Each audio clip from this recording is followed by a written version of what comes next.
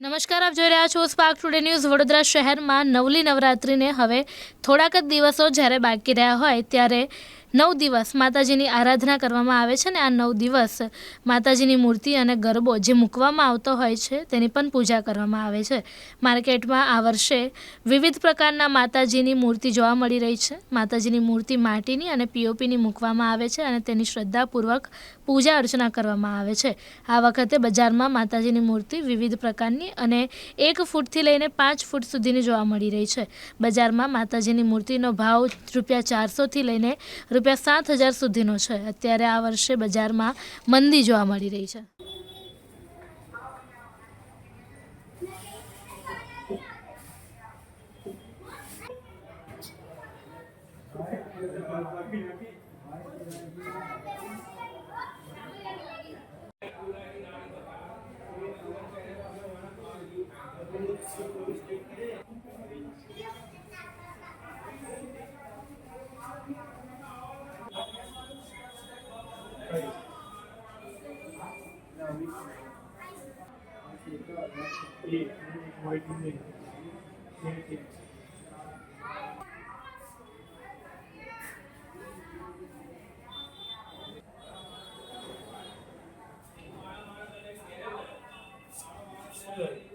નવરાત્રીના 5-6 દિવસ બાકી રહ્યા છે.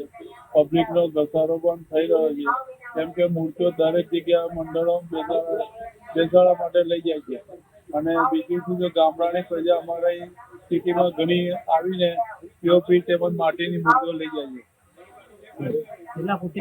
અમારે ત્યાં 1 ફૂટથી માંડી 6-7 ફૂટ સુધીની મૂર્તિઓ મળે છે. તે પણ અમે પોતે જ બનાવીએ છીએ. ભાવમાં શું છે? ભાવમાં અમારે 400-500 થી મૂર્તિઓનો ભાવ ચાલુ થાય તે 6-7 હજાર સુધીની મૂર્તિઓ મળે. કેવું છે માર્કેટ? કેવું છે માર્કેટ? કેવું છે માર્કેટ? બહુ મંદીમાં છે. 50% પબ્લિક હજુ બુકિંગ કરવા નથી આવી. હજુ માલ બધો બહુ ઘણો પડી રહ્યો છે.